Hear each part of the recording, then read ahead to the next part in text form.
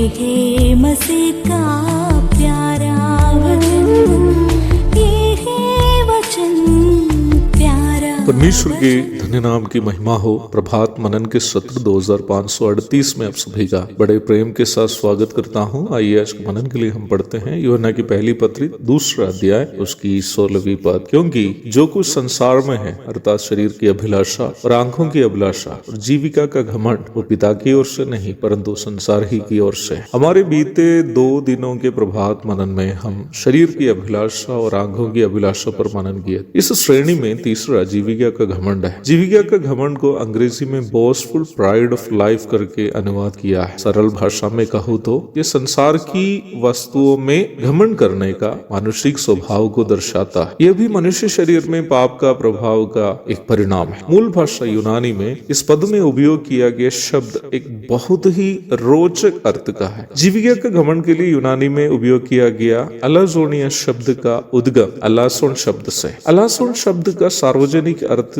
डींग मार अर्थात कोई ऐसा शख्स जो अपने आप को दूसरों के सामने ऐसा बड़ा चढ़ा के दिखाना चाहता है जो वास्तव में वो नहीं है। अलाजोन एक पौराणिक यूनानी नाटक के कथा पात्र है जो इस नाटक में एक डींग मार, वो हमेशा अपने आप को दूसरों के सामने ऐसा दिखाना पसंद करते हैं जो वो वास्तव में नहीं है। आज भी सुने होंगे जैसे कि कोई इस प्रकार कहते हुए कि मैं अपने बचपन में बाघ के साथ खेलता था, नहीं तो मगरमच्छ के साथ तैरता था। इस प्रकार अलाजोन इस यूनानी नाटक में ऐसा ही एक शख्स था जो वो वास्तव में नहीं है, उससे ऐसे दूसरों के सामने दिखाता था कि वो वैसा है। जीविका का घमंड एक ऐसा स्वभाव है जिसकी वजह से लोग अपना बड़पन दूसरों के सामने दिखाने का अथाह प्रयास करते रहते हैं। वर्तमान संसार में इस स्वभाव को हम सार्वजनिक रूप में देखते हैं और सांसारिकता से डूबी वर्तमान कालीन कलीसिया में भी ये स्वभाव आमतौर पर हम देखते ही हैं।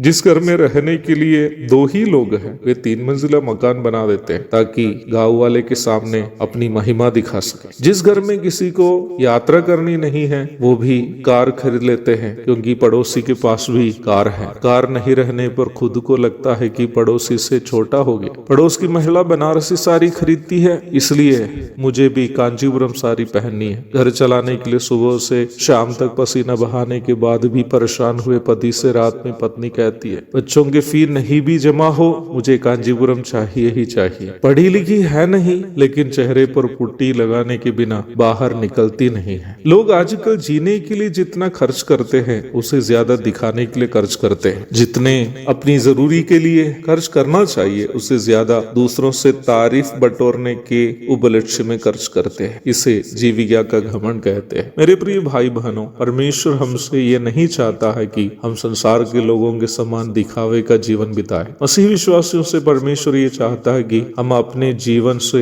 यीशु मसीह को दिखाएं, ना कि सांसारिकता को। हम इस खोज में ना जिए कि संसार के लोग हमारी कितनी तारीफ करते हैं, बल्कि इस खोज में रहे कि मसीह के न्यायासन में हम एक दिन जब उपस्थित हो जाते हैं तो प्रभु हमारी कितनी तारीफ करे। जीविका का घमंड संसार को खुश करने का शरीर की कोशिश है। परमेश्वर चाहता है कि हम संसार को नहीं परमेश्वर को खुश करने वाले बने। जब हम परमेश्वर को खुश कराते हैं जरूरी नहीं कि संसार हमसे खुश हो जाए, संसार हम पर नाराज भी क्यों ना हो। मसीह विश्वासी का जीवन तभी सार्थक होता है जब प्रभु उसके जीवन पर खुश होता है। जीविका का घमंड नामक भयानक पाप से बचे रहना हर विश्वासी की अनिवार्यता है। एक और शुभ दिन की धन्य कामनाओं के साथ आज का मनन में समाप्त करता हूँ। प्रभु आप सबको आशीष दे। आमीन।